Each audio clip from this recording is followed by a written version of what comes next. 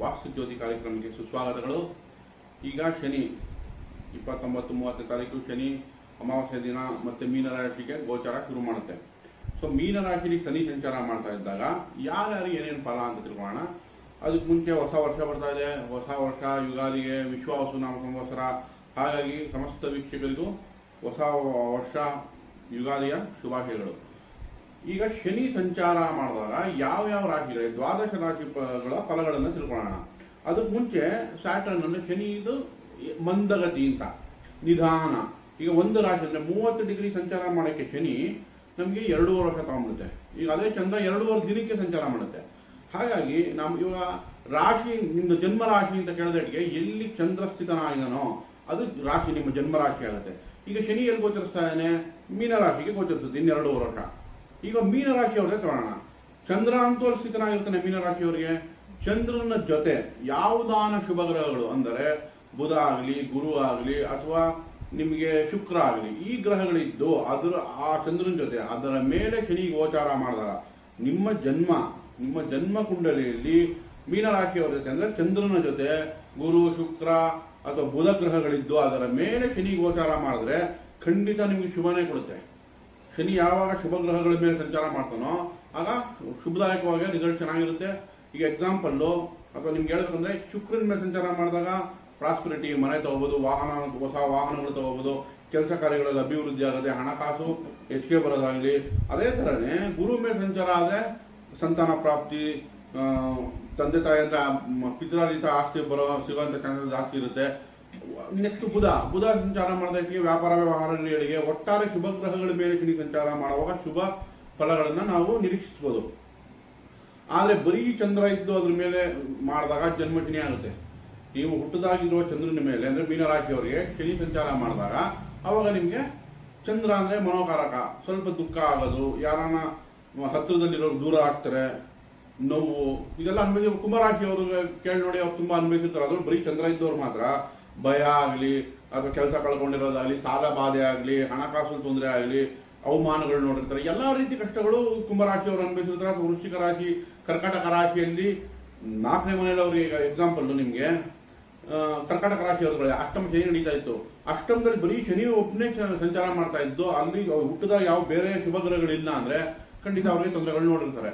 ಶನಿ ಅಲ್ಲಿ ಸಂಚಾರ ಶನಿ ಮಾಡುವಾಗ ಅವ್ರ ಜನ್ಮದ ಸಮಯದಲ್ಲಿ 4ನೇ ಮನೆಯಲ್ಲಿ ಯಾವುದೇ ಶುಭ ಗ್ರಹ ಇಲ್ಲ ಅಂದ್ರೆ ಅವರು ಕೂಡ ಮಾನಸಿಕ ಒತ್ತಡಗಳು, ಮನೆಯಲ್ಲಿ ಕಿರಿಕಿರಿ, ನೆಮ್ಮದಿ ಹಾಳು ಮಾಡ್ಕೊಂಡು ಇದೆಲ್ಲ ನೋಡಿರ್ತಾರೆ. ಸೊ ಒಟ್ಟಾರೆ ನಾವು ಶನೇಶ್ವರ ಯಾವ ತರ ಕೆಲಸ ಮಾಡ್ತಾನೆ ಇದು ತಿಳ್ಕೋಬೇಕು ಅಂದ್ರೆ, ನಿಮ್ಮ ಈಗ ಮೀನ ರಾಶಿಯಲ್ಲಿ ಸಂಚಾರ ಮಾಡುವಾಗ ಎಲ್ಲಾ ರಾಶಿಯವರು ಅಲ್ಲಿ ನೋಡಿ ಯಾರ್ಯಾರು ಜನರಲಿ ಶುಭ ಸಿಕ್ಬಿಡುತ್ತೆ ನಮ್ಗೆ. ನೋಡಿ ವೃಷಭ ರಾಶಿಯವರಿಗೆ 11ನೇ ಮನೆಯಲ್ಲಿ ಶನಿ ಸಂಚಾರ, ನ್ಯಾಚುರಲಿ ಲಾಭದಲ್ಲಿದೆ ಶನಿ. ಅದರಲ್ಲೂ ಶುಭ ಗ್ರಹಗಳಿದ್ದು ಅದ್ರ ಮೇಲೆ ಸಂಚಾರ ಮಾಡಿದ್ರೆ ಇನ್ನು ಲಾಭ ಜಾಸ್ತಿ ಆಗುತ್ತೆ. ಅದೇ ತರ ನಮ್ಗೆ ತುಲಾರಾಶಿ, ಈಗ ತುಲಾರಾಶಿಯವರಿಗೆ 6ನೇ ಮನೆಯಲ್ಲಿ ಸಂಚಾರ ಆಗುತ್ತೆ. ಸೊ 6ನೇ ಮನೆಯಲ್ಲಿ ಸಂಚಾರ ಮಾಡುವಾಗ ಶತ್ರು ಮೇಲೆ ವಿಜಯ, ಕೋರ್ಟ್ ಕೇಸಲ್ಲಿ ಜಯ, ಸಾಲಗಳು ತೀರಿಸ್ಕೊಳ್ಳೋದಾಗಲಿ, ಸಮಾಜದಲ್ಲಿ ಗೌರವ ಕೀರ್ತಿಗಳಾಗಲಿ, ಕೆಲಸ ಕಾರ್ಯಗಳಲ್ಲಿ ಅಭಿವೃದ್ಧಿ ಆಗಲಿ ಎಲ್ಲ ತುಲಾರಾಶಿ ಶನಿಯಿಂದ ಸಿಗುತ್ತೆ. ಅದೇ ತರ ನಮ್ಗೆ ಮಕರ ರಾಶಿಯವರು ತಗೊಳ್ಳಿ, ಅವ್ರಿಗೆ 3ನೇ ಮನೆ ಸಂಚಾರ. ಸೊ 3ನೇ ಮನೆ ಸಂಚಾರ ಮಾಡ್ತಿದ್ರೆ ಮತ್ತೆ ಧೈರ್ಯ ಹೆಚ್ಚುತ್ತೆ, ಕೆಲಸ ಕಾರ್ಯಗಳಲ್ಲಿ ಪ್ರಯತ್ನಗಳು ಹೆಚ್ಚುತ್ತೆ. ಶನಿ ಪ್ರಯತ್ನಕ್ಕೆ ಕಾರಕ, ಹಾರ್ಡ್ ವರ್ಕ್ಗೆ ಕಾರಕ. ಸೊ ಹಾಗಾಗಿ ಪ್ರಯತ್ನಗಳಿಂದ ಲಾಭ ಜಾಸ್ತಿ ಮಾಡಿಬಿಡುತ್ತೆ ಮಕರ ರಾಶಿಯವರಿಗೆ. ಈಗ ಅವ್ರು ಸಡೆ ಸತಿ ಬಿಟ್ಟು ಹೋಗುತ್ತೆ, ಸೊ ಅಂತಿಮ ಆಗುತ್ತೆ. ಸೊ ಮಕರ ರಾಶಿಯವರಿಗೆ ಶನಿಯಿಂದ ಒಳ್ಳೆ ಲಾಭ ಸಿಗುತ್ತೆ. ಒಟ್ಟಾರೆ ತಗೋಬೇಕು ಅಂತಂದ್ರೆ ನಾವು ಈಗ ಶನಿಯಿಂದ ಯಾವ ತರ ಯೋಚನೆ ಮಾಡ್ತೀವಿ, ಶನಿ ಶುಭ ಗ್ರಹಗಳ ಮೇಲೆ ಹೋದ್ರೆ ಶುಭ ಲಾಭಗಳು ಕೊಡ್ತಾನೆ. ಕೆಟ್ಟ ಅಂದ್ರೆ ನಮಗೆ ಪಾಪ ಗ್ರಹಗಳ ಮೇಲೆ ರಾಹು, ಕೇತು. ಈಗ ಎಕ್ಸಾಂಪಲ್ ಕೇತು ಇದ್ದು ಚಂದ್ರನ ಜೊತೆ ಕೇತು ಮೀನರಾಶಿಲಿ ಇದ್ದು ಚಂದ್ರನ ಜೊತೆ ಕೇತು ಮೀನರಾಶಿಲಿ ಇದ್ದು ಅದ್ರ ಮೇಲೆ ಚಂದ್ರಪಾತ ಆದ್ರೆ ಭಯ ಉತ್ಪತ್ತಿ ಆಗ್ಬಿಡುತ್ತೆ. ಅನ್ನೆಸರಿ ಭಯ, ಏನೋ ಕಳ್ಕೊಂತೀವೋ ಅದು ಆಚೆ ಹೋದ್ರೆ ನಮ್ಗೆ ಏನೇನೋ ತೊಂದರೆ ಆಗ್ಬಿಡುತ್ತೇನೋ ಅಂತ ಈ ಭಯ ಸೃಷ್ಟಿ ಮಾಡೋದು ಕೇತು. ಒಂಥರ ಮೂಲೆಯಲ್ಲಿ ಕೊಡ್ಸ್ಬಿಡುತ್ತೆ. ಅದೇ ರಾಹು ಆದ್ರೆ ಅಪಮಾನ, ಅವಮಾನಗಳು, ಏನಾನ ಮೋಸ ಹೋಗೋದು, ಯಾರನ್ನೋ ನಂಬಿಕೆ ಹಾಕ್ಬಿಟ್ಟು ಮೋಸ ಹೋಗೋದು, ಅವಮಾನಗಳಾಗೋದು, ಇದೆಲ್ಲ ರಾಹು ಮೇಲೆ ಹೋದಾಗ. ಕುಜಿನ ಮೇಲೆ ಹೋದ್ರೆ ಗಲಾಟೆಗಳು, ಹೊಡೆದಾಟ ಪಡೆದಾಟ, ಅಣ್ಣ ತಮ್ಮಂದ್ರೆ ಕಿತ್ತಾಟ ಬಂದ್ಬಿಡೋದು. ಸೊ ಈ ಹೊಡೆದಾಟ ಪಡೆದಾಟ ಅಥವಾ ಕಳ್ತನ ಈ ತರ ಕುಜಿನ ಮೇಲೆ ಹೋದಾಗ ಅವಮಾನಗಳಾಗೋದು, ಸಮಾಜದಲ್ಲಿ ಅವಮಾನ ಆಗೋದು, ಅಥವಾ ಭೂಮಿಯಲ್ಲಿ ವ್ಯಾಜ್ಯಗಳಾಗೋದು, ಇದೆಲ್ಲ ಯಾವಾಗ ಶನಿ ಕುಜಿನ ಮೇಲೆ ಹೋದಾಗ. ಸೊ ಒಟ್ಟಾರೆ ನಿಮ್ ಜಾತಕದಲ್ಲಿ ನೀವು ನೋಡ್ಕೊಂಡಾಗ ಈ ಶನಿ ಯಾವ ತರ ಗೋಚಾರ ಮಾಡುತ್ತೆ ಗೊತ್ತಾಗುತ್ತೆ. ಇವಾಗ ಯಾವ ತರ ಬಿಹೇವ್ ಆಗುತ್ತೆ ಅಥವಾ ಯಾವ ತರ ಗ್ರಹಗಳು ಸಂಚಾರ ಎಲ್ಲಾದಾಗ ಹೆಂಗೆ ಬಿಹೇವ್ ಆಗುತ್ತೆ ಅನ್ನೋದು ಗೊತ್ತಾಯ್ತು. ಆದ್ರೆ ಈಗ ಏನ್ ತಿಳ್ಕೋಬೇಕು ಅಂದ್ರೆ ಯಾರು ಏನ್ ಮಾಡಿದ್ರೆ ಒಳ್ಳೇದು, ಏನ್ ಮಾಡಿದ್ರೆ ಏನ್ ಅವಾಯ್ಡ್ ಮಾಡಬೇಕು, ಯಾವುದು ಉತ್ತಮ ಕೆಲಸಗಳು ಮಾಡಬಹುದು, ಯಾವುದನ್ನ ನಾವು ಬೇಡ ಇದರಿಂದ ದೂರ ಇರಬೇಕು ಅಂತ ತಿಳ್ಕೊಳ್ಳೋಣ.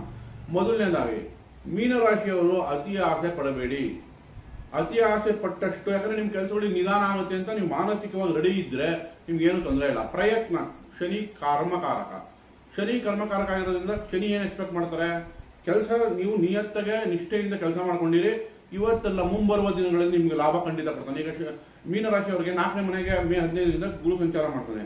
5 ಪಂಚಮ ಗುರು ಯಾವಾಗ ಬರುತ್ತೆ, ಮುಂದಿನ ವರ್ಷ ಬರುತ್ತೆ. ಸೊ ಈಗ ಪ್ರಯತ್ನಗಳು, ಈಗ ಕಷ್ಟ ಬಿದ್ದಿದ್ದು, ಈಗ ಬೀಜ ಹಾಕಿರೋದು ನೀವು ಮುಂದಿನ ವರ್ಷ ಖಂಡಿತ ಒಳ್ಳೆ ಫಲ ಸಿಗುತ್ತೆ. ಆದ್ರೆ ಸಂಯಮ ಕಾಪಾಡ್ಕೊಂಡು ಹೋಗ್ತಾ ಇದ್ರೆ ನಿಮ್ಗೆ ಯಾವ ಕಷ್ಟಗಳು ನೀವು ನೋಡಲ್ಲ. ಅದೇ ತರ ಮೇಷರಾಶಿಯವರಿಗೆ ಇಷ್ಟು ದಿವಸ ಮೇಷರಾಶಿಯವ್ರಿಗೆಲ್ಲ ಚೆನ್ನಾಗಿ ನಡೀತಾ ಇತ್ತು, ಯಾಕಂದ್ರೆ ಗುರು 2ನೇ ಮನೇಲಿತ್ತು, ನಮ್ಗೆ ಶನಿ 11ರಲ್ಲಿತ್ತು. ಹಾಗಾಗಿ ನಿಮ್ಗೆ ಚೆನ್ನಾಗಿ ನಡೀತಿತ್ತು. ದಶಾಭುಕ್ತಿ ಚೆನ್ನಾಗಿದ್ರೆ ಚೆನ್ನಾಗೇ ನಡೀತಾ ಇರುತ್ತೆ. ಸೊ ದಶಾಭುಕ್ತಿನೂ ಇಲ್ಲಿ ನೋಡ್ಕೋಬೇಕಾಗುತ್ತೆ. ಆಮೇಲೆ ನವಾಂಶದಲ್ಲೂ ಬಲ ಎಷ್ಟಿತ್ತು ಅಂತ ನೋಡ್ಬೇಕಾಗುತ್ತೆ. ಒಟ್ಟಾರೆ ಓವರ್ ಆಲ್ ನೋಡ್ಬೇಕಂದ್ರೆ ಮೇಷರಾಶಿ ಈಗ ತುಂಬಾ ಸಮಯ ಚೆನ್ನಾಗಿತ್ತು. ಆದ್ರೆ ಈಗ 7.5 ಶುರು ಆಗುತ್ತೆ. 7.5 ಶುರು ಆಗ್ತಿದೆ. ಗುರು 2ರಿಂದ 3ನೇ ಮನೆ ಹೋಗ್ತಿದೆ. ಭಯ ಬೀಳೋ ಅಂತ ಅವಶ್ಯಕತೆ ಇಲ್ಲ. ಬಟ್ ಯೋಚನೆ ಏನ್ ಮಾಡ್ಬೇಕು ನೀವು, ಮೇಷರಾಶಿಯವರಾದ್ರೆ ಈಗ ಹೆಚ್ಚಿನ ಹೂಡಿಕೆ ಮಾಡಬಾರ್ದು, ಸ್ವಲ್ಪ ಹಣಕಾಸು ಉಳಿಸ್ಕೋಬೇಕಾಗುತ್ತೆ. ಸೊ ಓವರ್ ಈಗ ವೃಷಭ ರಾಶಿಯವ್ರಿಗೆ ಏನಾಯ್ತು, 11 ಶನಿ ಲಾಭ ಬಂತು. ಮಿಥುನ ರಾಶಿಗೆ ಕರ್ಮಸ್ಥಾನಕ್ಕೆ ಬಂತು. ಕರ್ಮಸ್ಥಾನದಲ್ಲಿ ಕರ್ಮಾಧಿಪತಿ ಬಂದ್ರೆ ಕೆಲಸ ಕಾರ್ಯಗಳಿಗೆ ಉತ್ತಮ. ಸೊ ಶನಿ ಬಲ ಒಂದಾಯ್ತು. ಕರ್ಕಾಟಕ ರಾಶಿಯವರಿಗೆ ಭಾಗ್ಯಕ್ಕೆ ಹೋಯ್ತು. ಸ್ವಲ್ಪ ನಿಮ್ಗೆ ಅದೃಷ್ಟಗಳು ಕಡಿಮೆ ಆಗುತ್ತೆ. ತಂದೆ ಆರೋಗ್ಯ ಕಡೆ ಗಮನ ಕೊಡಬೇಕಾದ್ರೆ, ಆದ್ರೆ ನಿಮ್ಗೆ ದುಃಖದಿಂದ ನಿವಾರಣೆ, ನೋವಿಂದ ನಿವಾರಣೆ, ಯಾವ್ದು ಹಣ ಬರ್ಬೇಕಾಗಿದ್ದು ಬರುವಂತ ಚಾನ್ಸ್ ಇರುತ್ತೆ. ನಂತರ ಪಿತೃದಿಂದ ಆಸ್ತಿ ಬರಬೇಕಾದ್ರೆ ಬರುವಂತ ಯಾವ ಲಾಸ್ಟ್ 2 ವರ್ಷದಿಂದ ಏನೇನು ನಷ್ಟ ಅಥವಾ ತೊಂದರೆ ನೋವುಗಳು ಅನ್ಬೇಕಿದ್ರು ಅದರಿಂದ ಮುಕ್ತಿ ಸಿಗುತ್ತೆ. ಸಿಂಹ ರಾಶಿಯವರಿಗೆ ಅಷ್ಟಮ ಶನಿ. ಸಿಂಹರಾಶಿಯವ್ರಿಗೆ ಅಷ್ಟಮ ಶನಿ. ಸೊ 8ರಲ್ಲಿದ್ರೆ ದುಃಖ ನೋವು ನಿಮ್ಗೆ. ಆದ್ರೆ ಯಾರ ಕನ್ಸಲ್ಟೆನ್ಸಿ ಮಾಡ್ತಿದ್ರೆ ನೋಡಿ, ಅಂದ್ರೆ 8ನೇ ಮನೆ 8ರ ಭಾವದ್ದೇ ಕೆಲಸ ಮಾಡೋರಿಗೆ ಪರವಾಗಿಲ್ಲ, ತಕ್ಕ ಮಟ್ಟಿಗೆ ಚೆನ್ನಾಗಿರುತ್ತೆ. ಅಂದ್ರೆ ಯಾವುದು ಸರ್ಜನ್ಸ್ಗೆ, ಅಡ್ವೊಕೇಟ್ಸ್ಗೆ, ಜ್ಯೋತಿಷ್ಯ, ವಾಸ್ತು ಹೇಳೋರಿಗಾಗ್ಲಿ, ಅಥವಾ ಮ್ಯಾನುಫ್ಯಾಕ್ಚರಿಂಗ್ ಅಲ್ಲಿ ಇರೋರಾಗಲಿ, ಇಂಥವ್ರಿಗೆಲ್ಲ ಏನು ಯೋಚನೆ ಇಲ್ಲ ಸಿಂಹರಾಶಿಯವ್ರಿಗೆ. ಯಾಕಂದ್ರೆ ಅದು 8ನೇ ಮನೆ ಕೆಲಸನೇ ಮಾಡ್ತಿರ್ತಾರೆ. ಕರ್ಮನೇ 8ನೇದು ಮಾಡ್ತಿರೋದ್ರಿಂದ ಅವ್ರು ಸೇಫ್ ಆಗ್ತಾರೆ.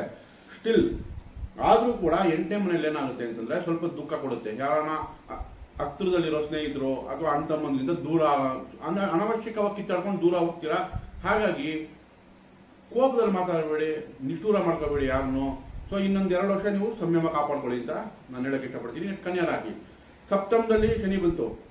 ಇಷ್ಟು ದಿವಸ ಶನಿಯಿಂದ ಲಾಭದಾಯಕವಾಗಿತ್ತು. 6ನೇ ಮನೆಯಲ್ಲಿ ಲಾಭ ಇತ್ತು. ಎಲ್ಲಾ ರೀತಿ ಕನ್ಯಾ ರಾಶಿಯವರಿಗೆ ತೊಂದರೆ ಇಲ್ಲ ಅಂತ ಹೇಳೋಲ್ಲ, ತೊಂದರೆಗಳಿದ್ರೂ ಕೂಡ ಮ್ಯಾನೇಜ್ ಮಾಡ್ಕೊಂಡು ಹೆಂಗೋ ಈ ವರ್ಷ, ಯಾಕಂದ್ರೆ ಭಾಗ್ಯದಲ್ಲಿ ಗುರು ಇರೋದ್ರಿಂದ ಮ್ಯಾನೇಜ್ ಆಗ್ತಿತ್ತು. ಬಟ್ ಈಗ 7ನೇ ಮನೆ ಬರೋದ್ರಿಂದ ನೆಗೆಟಿವ್ ಜಾಸ್ತಿ ಇಲ್ಲ ನಿಮ್ಗೆ. ಆದ್ರೂ ಕೂಡ ವ್ಯಾಪಾರ ವ್ಯವಹಾರಗಳು ಸ್ವಲ್ಪ ನಿಧಾನ ಆಗುತ್ತೆ. ಮನೆಯಲ್ಲಿ ಗಂಡ ಹೆಂಡತಿ ಈ ತರ ಮಿಸ್ಅಂಡರ್ಸ್ಟ್ಯಾಂಡಿಂಗ್, ಅಂದ್ರೆ ನಾವು ಮಿಸ್ಅಂಡರ್ಸ್ಟ್ಯಾಂಡಿಂಗ್ ಅನ್ನಲ್ಲ, ನೀವ್ ಹೇಳಿದ್ ಮಾತು ಅವ್ರು ಕೇಳ್ತಾ ಇದ್ರು, ಅವ್ರು ಹೇಳಿದ್ ನೀವು, ಅದು ನಿಧಾನವಾಗಿ ನಡೆಯುತ್ತೆ. ಸೊ ಅದ್ರಲ್ಲಿ ಸ್ವಲ್ಪ ಸಂಯಮ ಸಹನೆ ಕಾಪಾಡ್ಕೋಬೇಕಾಗುತ್ತೆ ಕನ್ಯಾ ರಾಶಿಯವರು. ತುಲಾ ರಾಶಿಯವರಿಗೆ ಅತ್ಯುತ್ತಮ ಪ್ಲೇಸ್ಮೆಂಟ್. 6ನೇ ಮನೆಯಲ್ಲಿ ಇದ್ರೆ ಶತ್ರುನಾಶ, ವಿಜಯ, ಹಳೆ ಬರೋ ದುಡ್ಡು ಬರುತ್ತೆ. ಸೊ ತುಲಾ ರಾಶಿ ಚೆನ್ನಾಗಿದೆ. ಇನ್ನ ವೃಶ್ಚಿಕ ರಾಶಿ, ವೃಶ್ಚಿಕ ರಾಶಿಯವರು ಕೂಡ ಅರ್ಧಾಷ್ಟಮ ಶನಿಯಿಂದ ನಿವೃತ್ತಿಗೊಂಡಿರ್ತಾರೆ. ಆದ್ರೆ 5ನೇ ಮನೆಯಲ್ಲಿ ಕೂಡ ಮಕ್ಕಳ ಬಗ್ಗೆ ಚಿಂತೆ, ಮಕ್ಕಳು ಚೆನ್ನಾಗಿ ಓದ್ತಾರೋ ಓದಲ್ವೋ, ಅವ್ರಿಗೆ ನೆಕ್ಸ್ಟ್ ಕಾಲೇಜಲ್ಲಿ ಸೀಟ್ ಸಿಗುತ್ತೋ ಸಿಗಲ್ವೋ, ಅದು ಅವರೇ ಹೈಯರ್ ಎಜುಕೇಶನ್ ಇದ್ರೆ ಅದಕ್ಕೆ ಸೀಟ್ ಸಿಗೋದಾಗಿ ಅದು ಸ್ವಲ್ಪ ನಿಧಾನ ಆಗುತ್ತೆ. ಆದ್ರೂ ಕೂಡ ದುಃಖ ಅಥವಾ ತಾಯಿ ಆರೋಗ್ಯದಲ್ಲಿ ಚಿಂತೆ ಇದೆ, ಹಣಕಾಸು ಬರ್ತಾ ಇಲ್ಲ, ಸಮಾಜದಲ್ಲಿ ಗೌರವ ಕಡಿಮೆ ಆಗಿರುತ್ತೆ ಅರ್ಧಾಷ್ಟಮ ಶನಿ ಪ್ರಭಾವದಿಂದ. ಅದರಿಂದ ಖಂಡಿತ ನಿಮ್ಗೆ ವಿಮುಕ್ತಿ ಸಿಗುತ್ತೆ, ಲಾಭಗಳು ಇದೆ ಅದರಿಂದ. ನಂತರ ಬಂದಾಗ ನಾವು ಧನುರ್ರಾಶಿ.